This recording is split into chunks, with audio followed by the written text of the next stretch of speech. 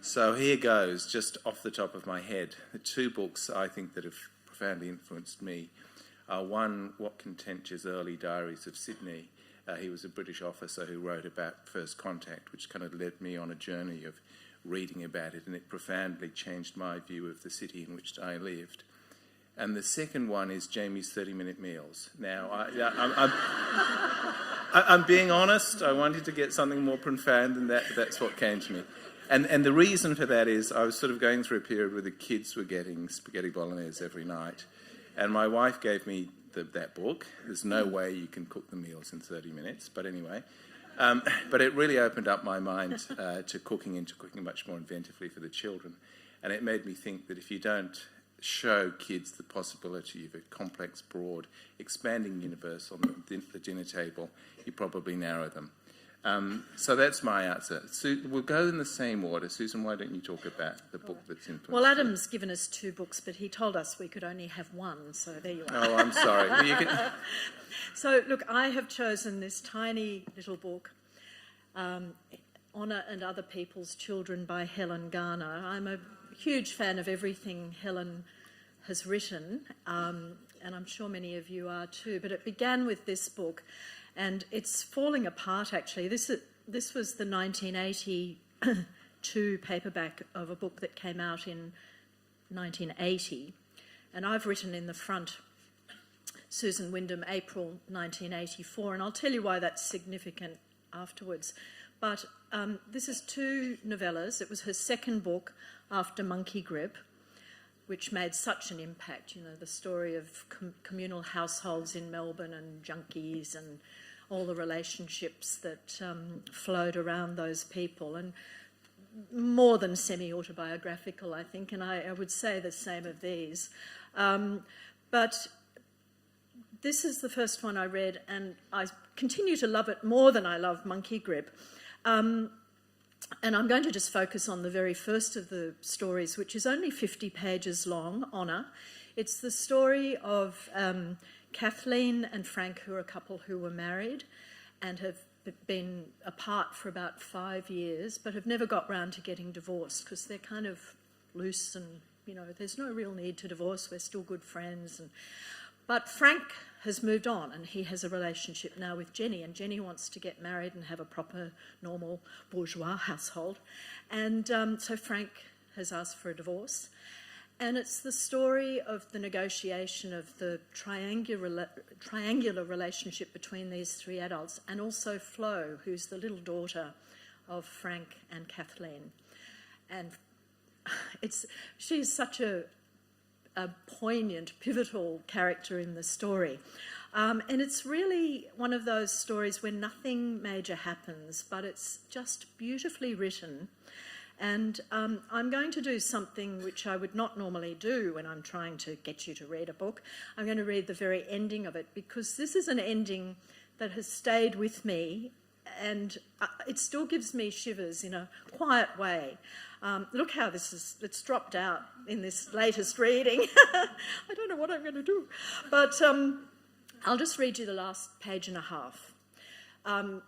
Jenny and Kathleen, the wife, Jenny, the new girlfriend, have been circling around each other, hurting each other's feelings. Kathleen keeps getting in the way. Jenny's trying to find her place in Frank's life. And Flo is trying to keep them all polite and happy and in her life. She doesn't want to lose anyone. And they're off to the park, the two women and the child. Outside the gate, Flo galloped ahead with the dog. The two women came along slowly in the almost dark. The sky, which was indigo, had withdrawn to the heights as if to make room for a sliver of moon. Dark, dusky yellow rocked on its back like a cradle. "Kathleen, I don't feel disgusted," says Jenny.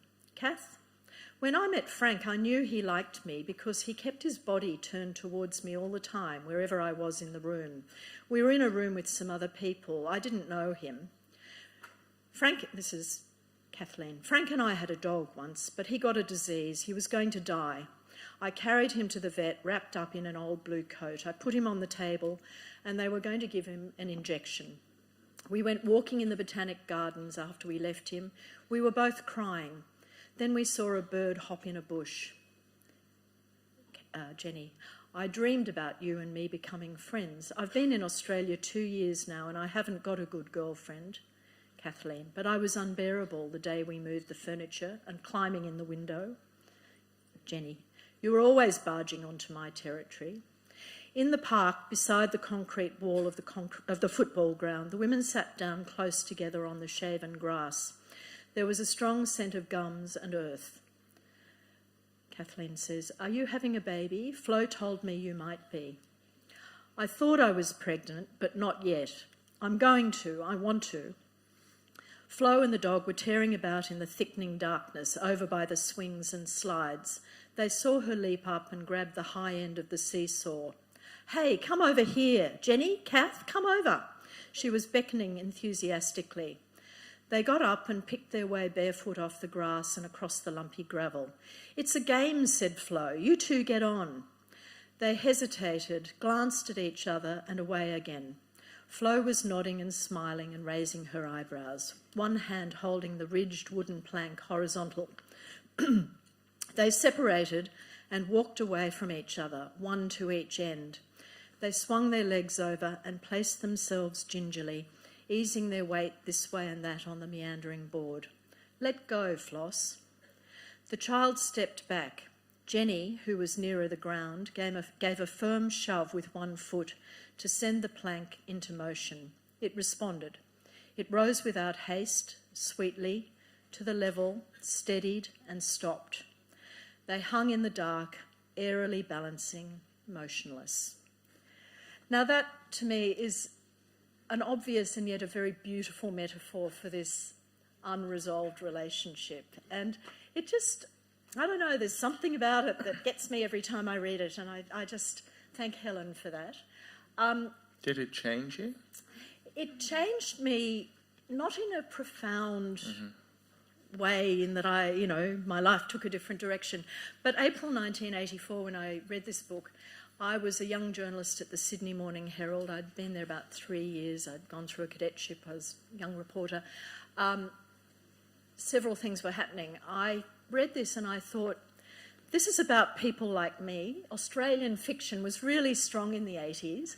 And I thought, this can be done. And one day, I want to write like this. You know, I can't write like Helen Garner. She's remained a sort of goddess of fiction and non-fiction to me. But I thought, this is about us, this is our literature, this is possible, and it's something to aspire to. The other thing that was happening was I realised that was almost the month when my first marriage started falling apart. Wow. And I was going through a really rocky time emotionally and met the man who would be my second husband not long after. And I think I sort of found myself in there and all the complexity of the emotions that you go through.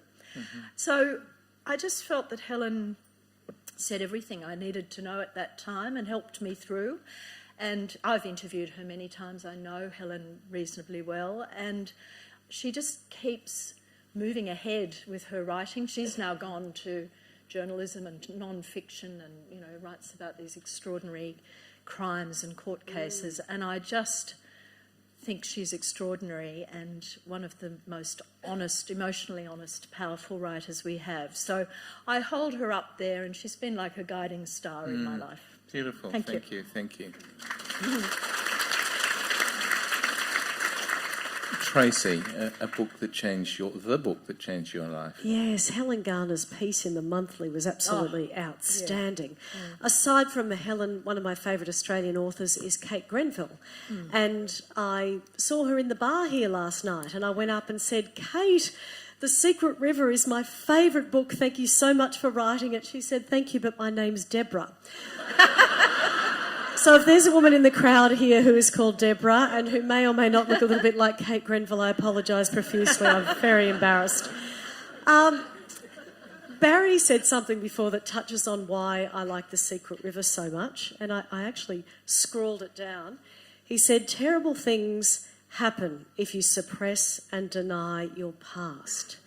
Kate Grenville wrote The Secret River after participating in a reconciliation march in 2008. And what I loved about reading it was it opened my eyes, and I'm embarrassed to admit this, I'm a journalist. I'd covered a lot of stories about Invasion Day and what we'd done to our Indigenous peoples, but because I was of an era that we never learnt that at school, I felt there were so many gaps in my knowledge that were missing because of that. So when I read Kate Grenville's book, The Secret River, it was such simple storytelling about two people, William Thornhill, who was the convict, who was based upon one of her forebears, and the Indigenous people of the land, and what can only be described as a tragedy of mutual incomprehension. I'll just read you a passage and then dig down a little bit more on it. There were no signs that the blacks felt that the place belonged to them. They had no fences that said, "This is mine." No house that said, "This is our home." There were no fields or flocks that said, "We have put the labour of our hands into this place."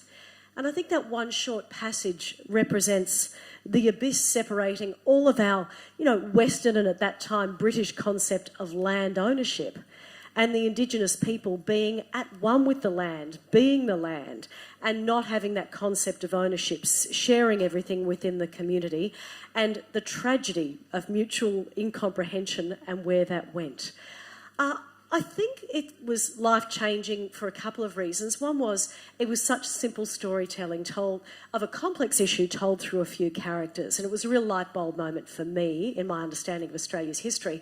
But I think it was a moment of understanding for a lot of Australians, particularly when the play was then made. You saw the play, Susan. Was it very authentic to the book? It was quite different. Have people here seen the play that was based on this novel? Just briefly, it really put the point of view of the Indigenous people up front and used the Darug language, I think it is. They got them speaking in their own language, whereas Kate had not presumed to write from that point of view. They were sort of shadowy figures in the background more often. But I think the two complement each other really beautifully, quite different. Very simple set, really powerful stuff, yeah. But I love the book too. Yeah, so that's the book that changed my life. Thank you. Thank you. Barry? Well, I don't appear to be too sort of universal, but I've got an insatiable hunger for big stuff. And I'd say that a book that I've constantly reread that's been a profound influence has been Tolstoy's War and Peace. And the extraordinary thing with it, I was trying to find a nice quotation that I could read, just a few sentences. And the difficulty was that really reading Tolstoy, it's a bit like reading a film script because it's so extraordinary. It's not as if if you pick a single section out, say, hey, hang on, what about over here or over there or over there? And it's so fantastic, the breadth of it all.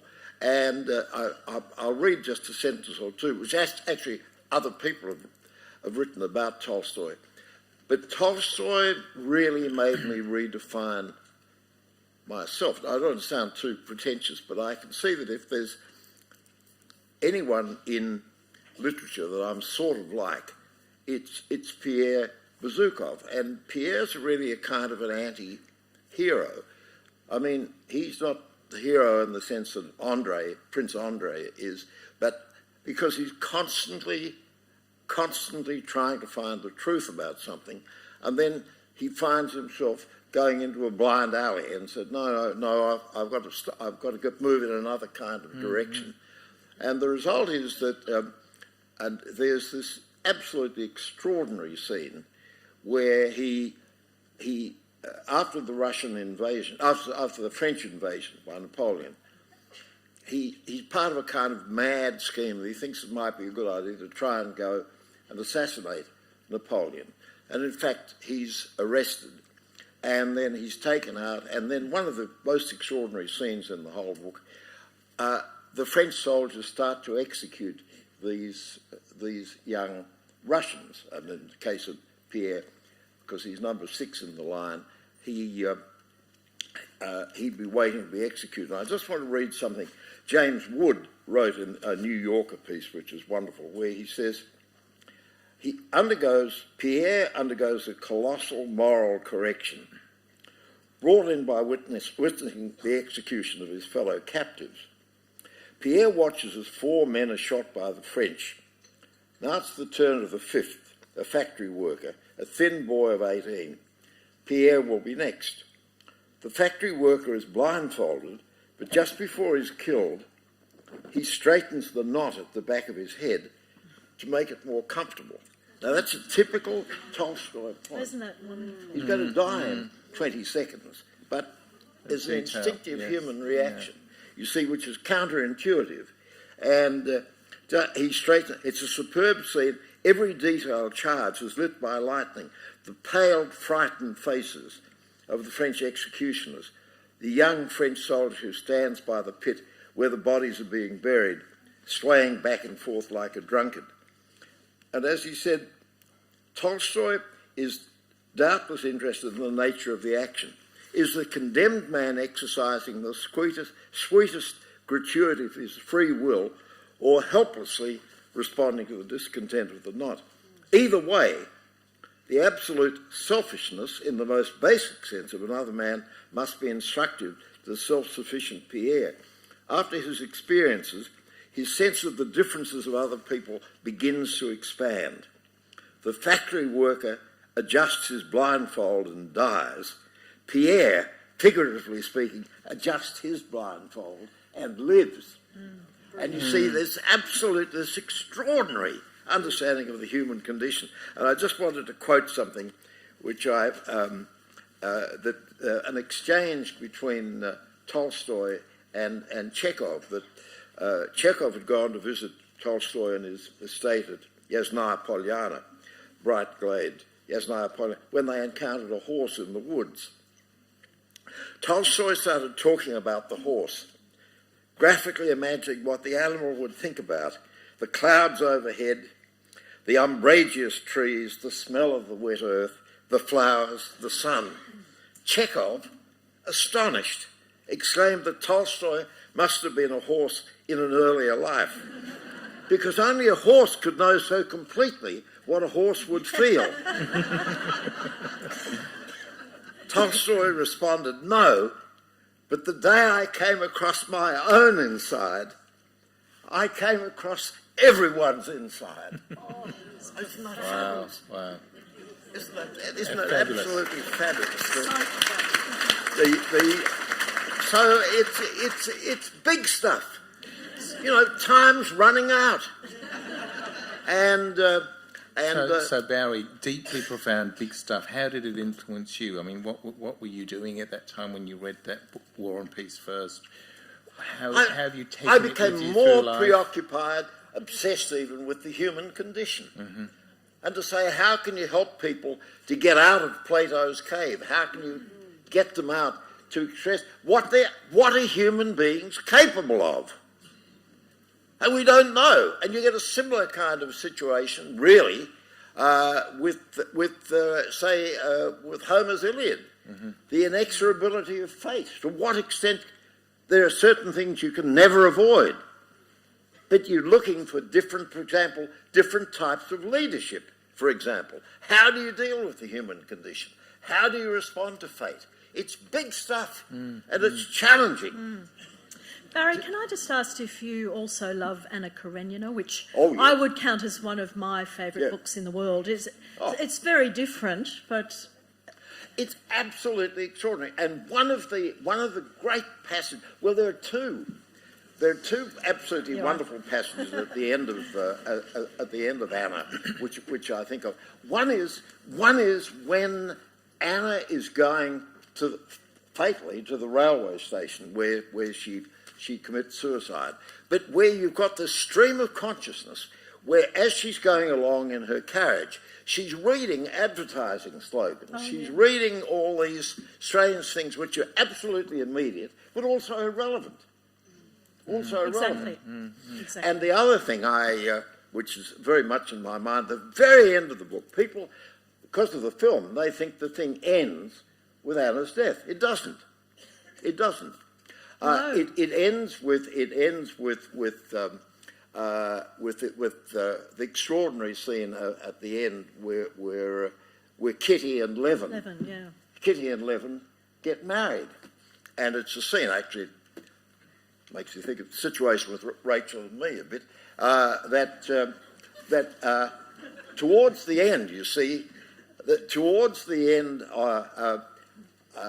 Levin has got a kind of epiphany, and he's saying he understands the way in which the universe works. He understands how the how the planets move, how the whole universe operates, and Kitty says to him, "Yes, well, that's all very interesting," but she said, "I wonder if you could go into the bathroom. I think the tap is leaking."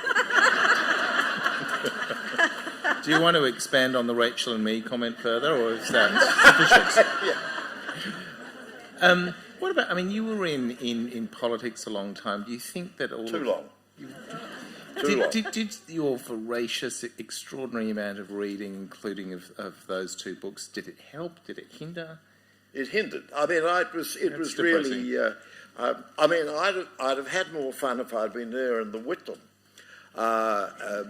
period, because we could have entertained each other and bored everyone else witless.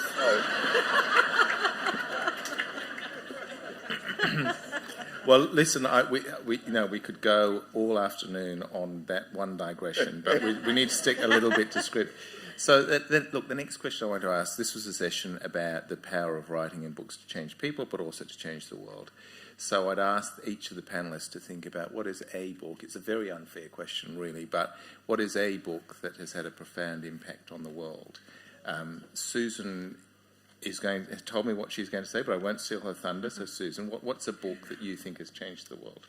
Well, again, a book that I'm sure many, if not most of you have read, George Orwell's 1984, published in 1949, when the world was coming out of war and fascism and socialism and all those extremisms that Orwell observed.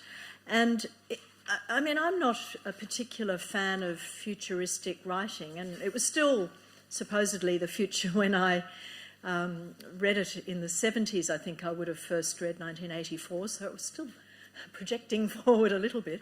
But he creates such a real world in there, doesn't he? I'm a great fan of all Orwell's writing. I think he was a great journalist, and I just could read him endlessly. I think he's still so fresh. But, of course, 1984 was the story of Winston, who was working in the Department of Truth under this unspecified totalitarian regime.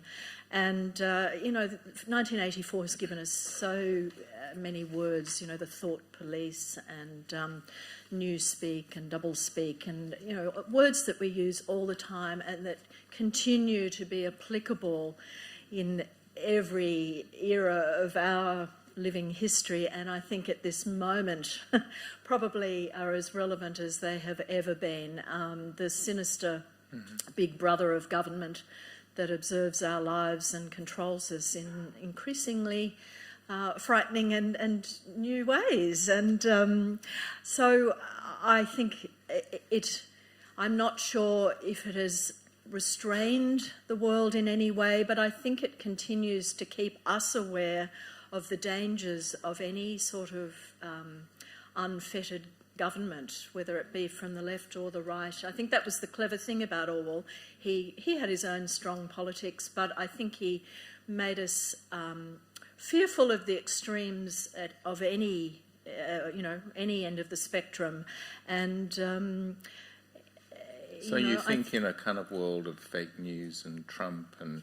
Yes, I wasn't going to say all that, but I just absolutely. Thought I'd go there. I'm sure it's on someone else's mind. It's obvious to us, I think, that is relevant to us today. So I think that's a book that will continue to be relevant way into the future.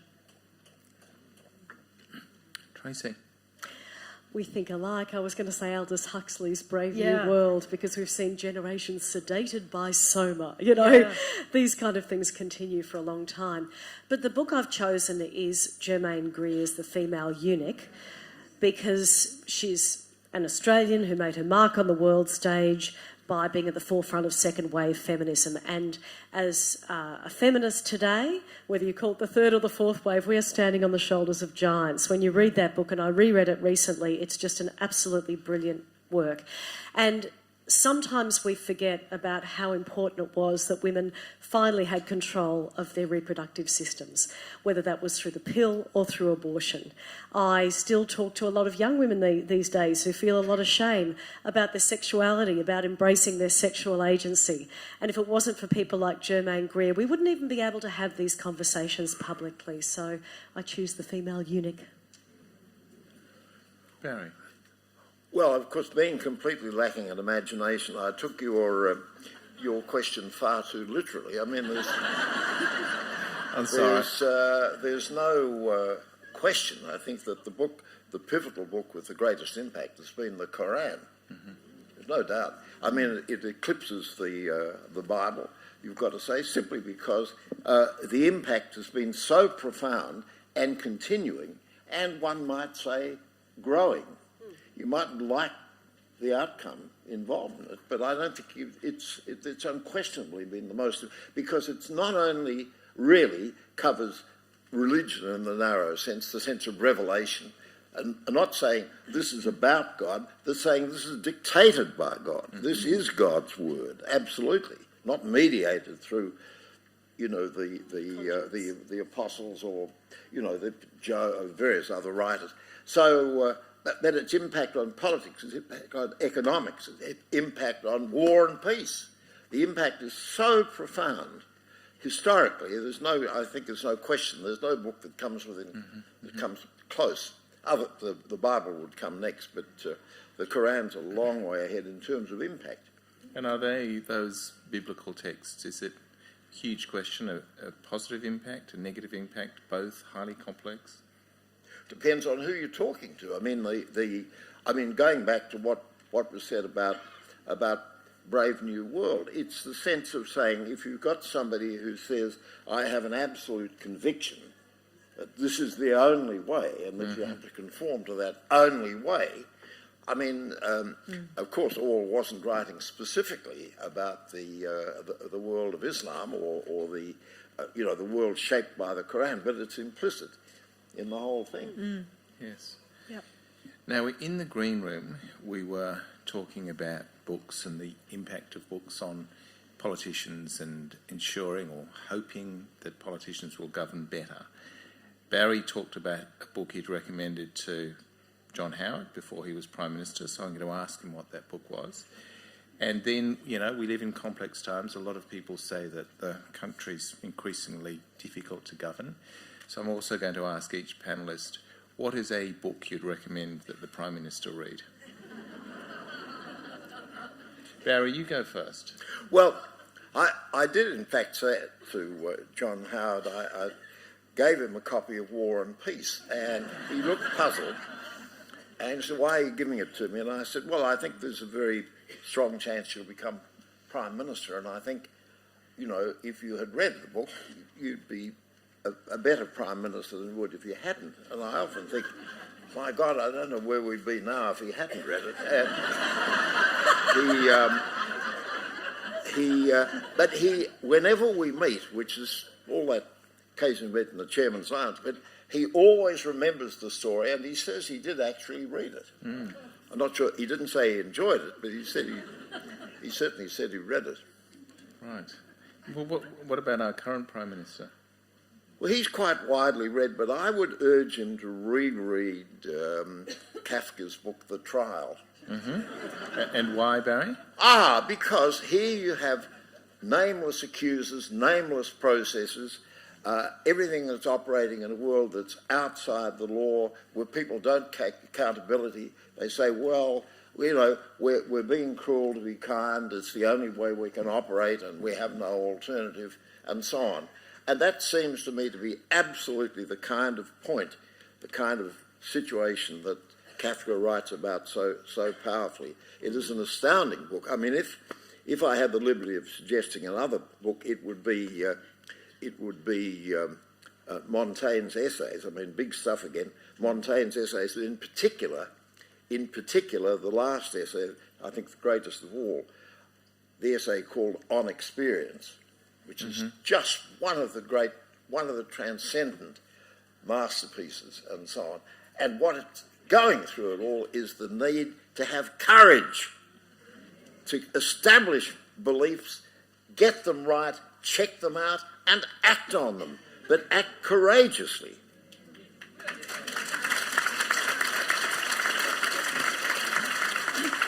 My guess is that Turnbull might actually have read Montaigne. He's quite well read.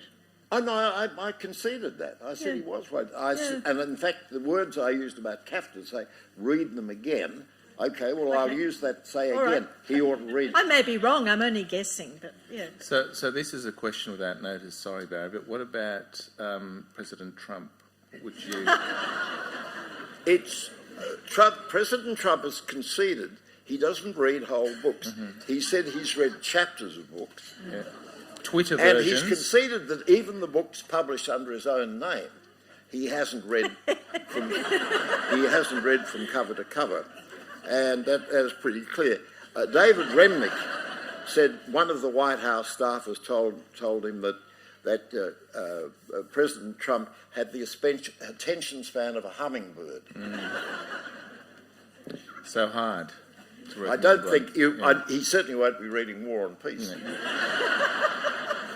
You should send in the tweet version. No. Tracy.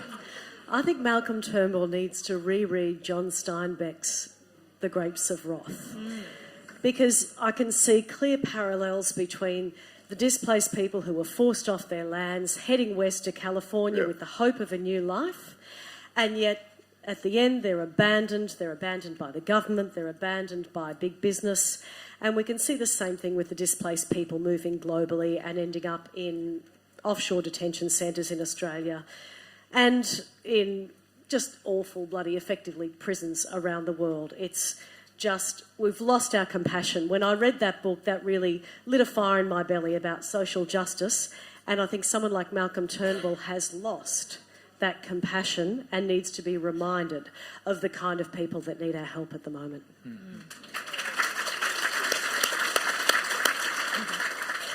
Susan. Well, I thought I might fudge the answer slightly in that I would recommend all politicians, all leaders, read fiction because of any kind. Pick up a novel because there have been studies that show that people who read fiction have greater empathy for people unlike themselves.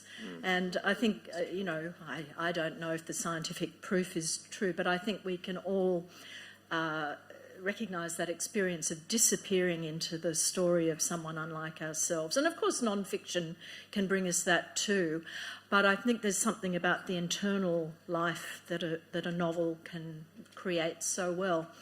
And I would like to suggest that both Malcolm Turnbull and Donald Trump read some fiction by women. And perhaps I would suggest to both of them that, because I'm sure neither of them would naturally be drawn to reading anything by a woman, and I would therefore pick a pair of books that I think are very topical at the moment. One of them is Margaret Atwood's novel The Handmaid's Tale, which has been on television and which, of course, was written, I think, in the 80s. Was it the 80s? Yeah. I think so. Yeah. And has been turned into this terrific television series and is about women being kind of turned into slaves where their reproductive rights are controlled and they become breeding machines and have no independence whatsoever. And paired with that, I would suggest Charlotte, the Australian equivalent, Charlotte Wood's more recent novel a couple of years ago, The Natural Way of Things, which people either love or hate. It's a really powerful little sort of fable about a group of women who are taken away, imprisoned on a remote property, and they all have some sort of they have all been sexually either assaulted or discriminated against in some way, and they are the ones being punished because it's too embarrassing to society, or they can't. The women have to be removed because they're the powerless ones, and it's about the life of these women in this group. In remote life and how they survive in different ways. It's an extraordinary little book. I adored it. And I just think that our male leaders need to understand how women suffer, how women feel fearful, how women are discriminated against in ways that they probably don't even realise. Probably American politicians need to see this even more than Australians at the moment. But yeah, they're my two. Thank you. So, before we go to questions, I'll ask one final question, which is it's not on. I didn't tell you about. It's not a trick question, though. I read recently a piece in the Washington Post by a commentator called Philip Yancey, who said he was an avid 3-book-a-week reader, but he's not anymore. The internet has taken him over, and he finds himself more interested in headlines like 30 Amish facts that'll make your skin crawl. Top 10 celebrity wardrobe malfunctions. Walmart cameras captured these hilarious photos. So as great readers and at a literary festival and when we're in the midst of this digital transformation, what do you think? Are you optimistic about the future of reading, proper immersive reading, or are you pessimistic? Well, a few years ago, I chaired the book industry strategy group for the former Labor government, and at that stage we were looking at what was happening to the book trade, and things seemed to be on the sort of gentle decline, and we were concerned that there might be a dramatic decline. But I think the general view around the trade is that things have improved since 2011, that there's some sign of a bit of a reaction against relying on the digitised book, and that people that bookshops are coming into their own. In fact, you've got the revival of bookshops and the expansion of bookshops and the creation of new bookshops in a very encouraging kind of way. And I don't want to be too Pollyanna-ish, but or its male equivalent, I hasten to add. I'm a bit more optimistic than I was back in 2011. Great. Tracy? I agree entirely. We're seeing the growth of long-form journalism, more overseas than here. I know we've got the wonderful monthly and the Saturday paper here, but internationally we're seeing people returning to long-form because they're frustrated with this snacky approach to information and news. Women of Letters, which has been going for many years now, has helped us see a return to letter writing as well. I have great hope, particularly in the young generation, that they are seeing books and letter writing as something fun and retro to do, and that's why I think we're seeing a revival around the world. Well, look at all these people here. I mean, what better sign could you have that people care about reading and the whole festival? Well, look, my reading this morning, I started by posting some pictures of the beach on Facebook. Mm-hmm. I read a thing about celebrities' ugly feet. And then I turned to a beautiful book of short stories by Tara June Winch, an Indigenous Australian writer, which are just, they put the other things in the shade. Books have it. I think the thing I'm not reading so much is newspapers. Mm-hmm. So, look, I think that our reading has changed, expanded, fractured. I think we're all finding it difficult to make time to read everything that we want to. I know that my attention span is not as good as it used to be, and that worries me, and I think probably a lot of us are suffering from that, and young people must be feeling it more than ever because they just live in it and read in a different way. But Barry, I think you're right about bookshops having a bit of a return. I think they're struggling. I think Australian publishers are having a hard time. I think we all have to go out and buy one more book before we leave this place. But I think there